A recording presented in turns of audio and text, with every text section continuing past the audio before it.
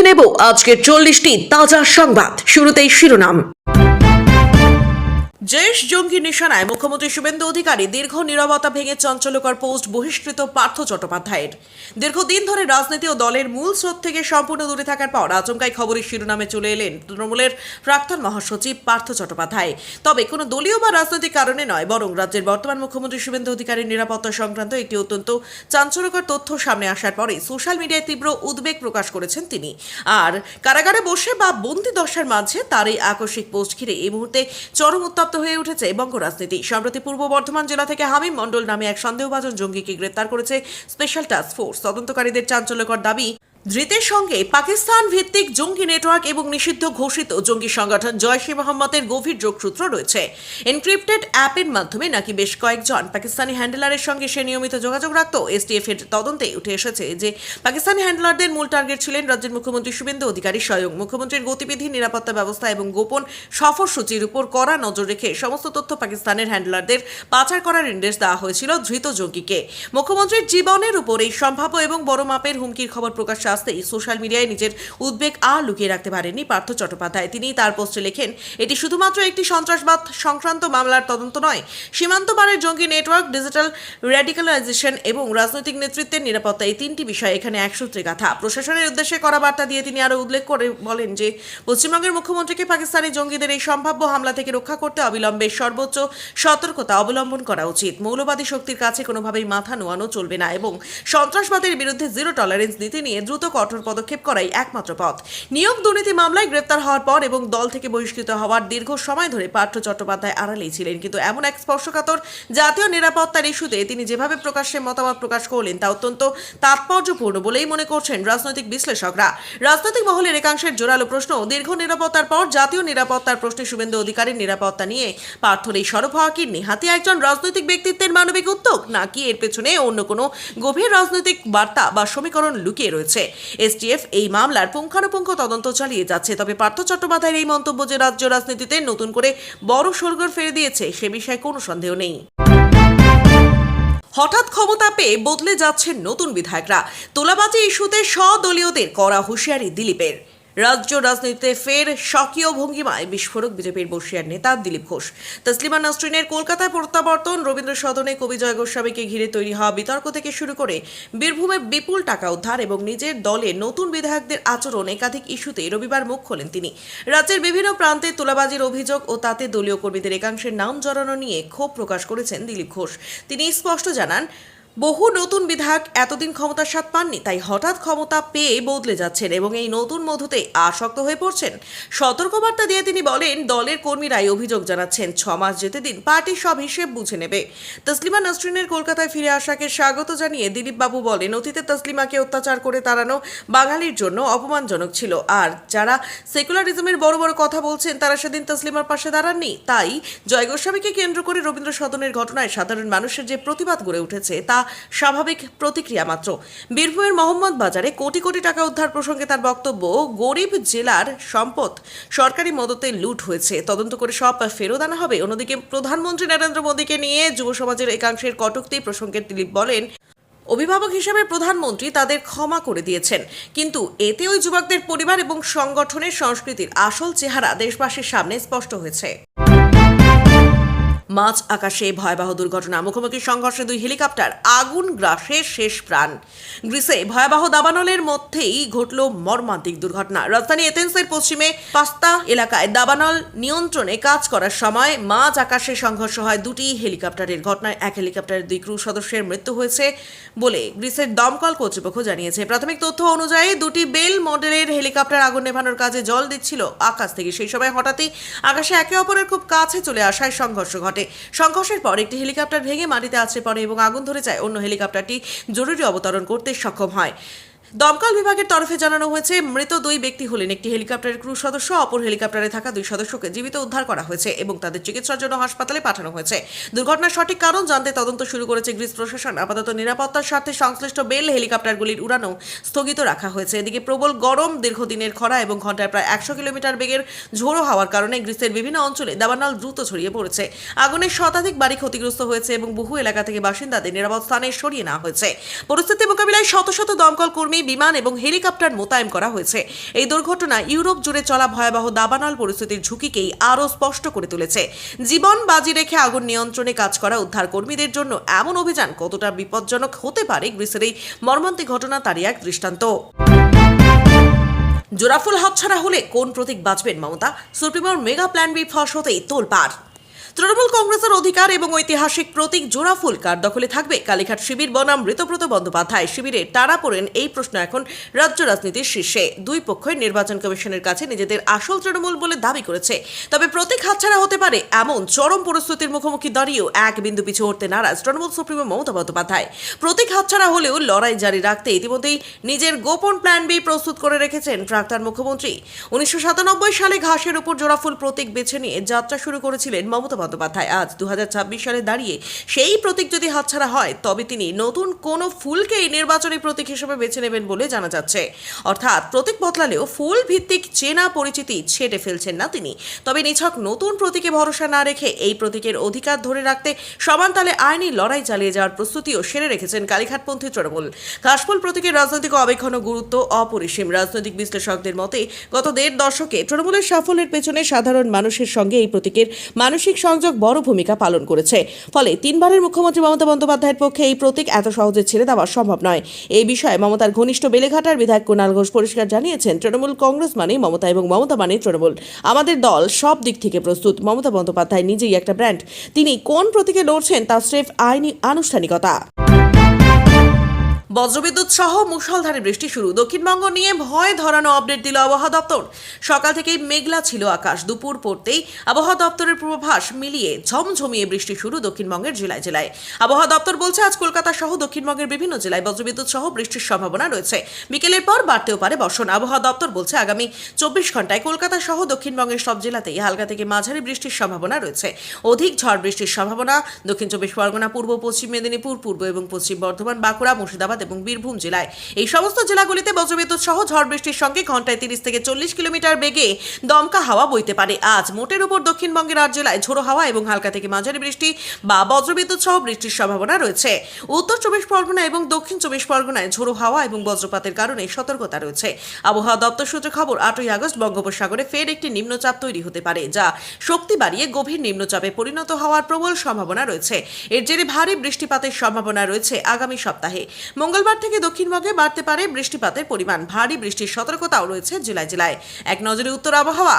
উত্তরবঙ্গে ফের দুর্যোগপূর্ণ পরিস্থিতির সম্ভাবনা। বুধবার পর্যন্ত টানা ভারী বৃষ্টির পূর্বাভাস। জলপাইগুড়ি, আলিপুরদুয়ার, কোচবিহারে ভারী থেকে অতি ভারী বৃষ্টি হতে পারে। জলপাইগুড়ি এবং আলিপুরদুয়ারে জারি হয়েছে হলুদ কমলা সতর্কতা। এছাড়াও বাকি জেলাগুলিতেও ঝড় বৃষ্টির সম্ভাবনায় হলুদ সতর্কতা জারি রয়েছে। মিলবে তো নাই, উল্টে ফেরত দিতে হবে। অন্নপূর্ণা যোজনার 3000 টাকা আগস্টের কিস্তি নিয়ে তোলপাড়। চর্চার কেন্দ্রবিন্দুতে অন্নপূর্ণা যোজনা। ইতিমধ্যেই পরপর 2 মাস ভাতার টাকা ঢুকে গিয়েছে বহু মহিলার অ্যাকাউন্টে। আগস্ট মাসে টাকা ঢোকার অপেক্ষায় সকলে। এর আগে রাজ্যের বিভিন্ন প্রান্ত থেকে অভিযোগ, আবেদন জমা পড়লেও বহু প্রকৃত ও যোগ্য উপভোক্তা প্রকল্পের সুবিধা পাননি। এই সমস্যার সমাধানে এবার বড় পদক্ষেপ নিয়েছে প্রশাসন। এবার যাতে একজন যোগ্য বাদ না যায়, তাই সমস্ত বিধায়কদের বিরাট দায়িত্ব দিয়েছেন মুখ্যমন্ত্রী। সরকারি প্রকল্পের আওতায় যোগ্য উপভোক্তা ঢোকাতে এবং অযোগ্যদের খুঁজে বের করতে বিধায়কদের জনসংযোগ বাড়াতে নির্দেশ দেওয়া হয়েছিল। সম্প্রতি সেই মতো ময়দানে নেমে পড়েন বিধায়করা। সূত্রের খবর, আগস্ট মাসে টাকা কড়াভাবে যাচাই করে তবেই দেওয়া হবে।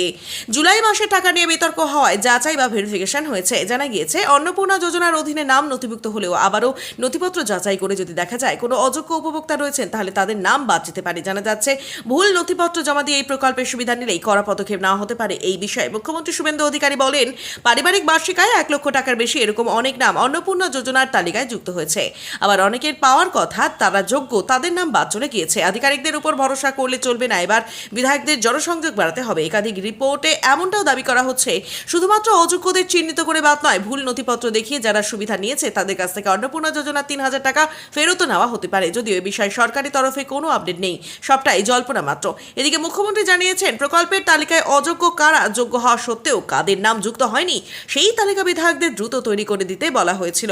যোগ্য এবং অযোগ্যদের বাছাইয়ের প্রক্রিয়া সম্পন্ন করার নির্দেশ এসেছে মুখ্যমন্ত্রীর তরফে। মুখ্যমন্ত্রীর কথায়, একজন যোগ্য মহিলা অন্নপূর্ণা যোজনা থেকে বঞ্চিত হবেন না। আবার অযোগ্যরাও যেন এই প্রকল্পের সুবিধা না পান, তাও খেয়াল রাখতে হবে। তৃণমূলীকরণ হলে বিজেপি থাকবে না, দলের কর্মীদের ফের হুঁশিয়ারি শ্রমিকের। তৃণমূলীকরণ হলে বিজেপি থাকবে না, এটা হবেই না। দলের কর্মীদের ফের বার্তা দিলেন বিজেপির রাজ্য সভাপতি শ্রমিক ভট্টাচার্য। দলের দু একটি জায়গায় কর্মীদের মধ্যে বিচ্যুতি আছে, আগামী দিনে তারাও সেগুলি ঠিক করে নেবেন। এদিন এমনই জোরালো দাবি করলেন বিজেপির রাজ্যসভার সাংসদ। গতকাল শনিবার দলের কর্মী সমর্থকদের উদ্দেশ্যে করা বার্তা দিয়েছিলেন শ্রমিক। রাজ্যে পালা বদলে বিজেপি ক্ষমতায় এসেছে, দলের নিচুতলার বহু মানুষ তৃণমূল ছেড়ে বিজেপিতে আসতে চাইছে। এক শ্রেণীর বিজেপি কর্মীদের ভূমিকা নিয়েও প্রশ্ন উঠেছে। কর্মীদের ভূমিকা নিয়ে গতকাল শনিবারে আরও একবার সরব হয়েছিলেন তিনি। এদিনও এক শ্রেণীর বিজেপি কর্মীদের নিয়ে সরব হয়েছেন বিজেপির রাজ্য সভাপতি। এদিন শ্রমিক ভট্টাচার্য বলেন, দু একটি জায়গায় ছোটখাটো বিচ্যুতি আছে কর্মীদের, তারাই নিজেদের সংশোধন করে নেবেন। বিজেপির তৃণমূলীকরণ হয় না, হতে পারে, তবে সেটা আর বিজেপি থাকবে না, সুতরাং এটা হবেই না। তবে দলেরই একাংশকে নাম না করে কটাক্ষ করেছেন তিনি। শ্রমিকের কথায় কেউ কেউ নিজেদের স্বঘোষিত কাউন্সিলর করে ফেলেছেন এলাকায় এলাকায়। দলের সভা কর্মসূচি ছাড়া বিভিন্ন জায়গায় বাড়ির অনুষ্ঠানে দেদারে মাইক বাজানোর বিরোধী তিনি। শ্রমিক বলেন, রক্তদান উৎসব করছেন, ভালো কথা, 44 জন রক্ত দেবেন আর 444টি মাইকের চোঙা থাকবে। এর থেকে বেরোতে হবে সমাজকে। এগুলো পরিবর্তন করার জন্যই তো আমাদের মানুষ ভোট দিয়েছে। গতকাল শনিবার রাজারহাটে এক অনুষ্ঠানে দলের কর্মীদের একাংশকে সতর্ক করেন শ্রমিক। তোলাবাজি যে এখনো সম্পূর্ণ বন্ধ করা যায়নি সেই কথাও বুঝিয়ে দিয়েছেন বিজেপির রাজ্যসভার সম্পাদক। তিনি বলেন, সমস্ত কিছুর সমাধান করা সম্ভব হয়নি। আমি যদি আমার দলের প্রতিনিধি হয়ে আপনাদের বলি যে রাজ্যের সব জায়গা থেকে তোলাবাজি বন্ধ করে দিতে পেরেছি, তাহলে ভুল বলা হবে। বিচ্যুতি রয়ে গিয়েছে। আসলে একটা বিশেষ পদ্ধতির মধ্য দিয়ে মানুষ দীর্ঘদিন ধরে পরিচালিত হয়েছে। একটা সিন্ডিকেট রাজ তৈরি হয়েছে। শুধু ক্ষমতার পট পরিবর্তন হলেই যে সমস্ত কিছু রাতারাতি বদলে যাবে তেমনটা নয়। ডিম থেরাপি প্রসঙ্গ উত্থাপন করে কর্মীদের উদ্দেশ্যে তিনি বলেন, অভিমুখ বদলাতে সময় লাগবে না। ওনার জানার অসুবিধা থাকলে আমার কাছে ক্লাস নিতে পারেন হিন্দু ধর্ম সম্পর্কে। কল্যাণকে তো সুকান্ত মজুমদারের। বীরভূমে এক সাধারণ দিনমজুর থেকে রাতারাতি বিশাল সাম্রাজ্য গড়ে তোলা টুলু মণ্ডলের প্রসঙ্গ টেনে প্রাক্তন রাজ্য প্রশাসনকে তীব্র আক্রমণ করলেন কেন্দ্রীয় মন্ত্রী তথা বিজেপি নেতা সুকান্ত মজুমদার। রবিবার এক সাংবাদিক বৈঠকে তিনি বীরভূমে উদ্ধার হওয়া বিপুল পরিমাণ অর্থকে হিমশৈলের চূড়ামাত্রা বলে অভিহিত করেন। পাশাপাশি পশ্চিমবঙ্গের উগ্রপন্থী যোগ, মাদ্রাসা এবং কল্যাণ বন্দ্যোপাধ্যায়ের হিন্দুত্ব মন্তব্য নিয়েও এক হাত নেন তিনি। বীরভূমে প্রায় 250 কোটি টাকা উদ্ধার প্রসঙ্গে সুকান্ত মজুমদারের বলেন, এতদিন আমরা জানতাম বাংলার অর্থনৈতিক অবস্থা খুব খারাপ, সরকারের ভান্ডারে টাকা নেই, কিন্তু বীরভূম আমাদের চোখ খুলে দিয়েছে।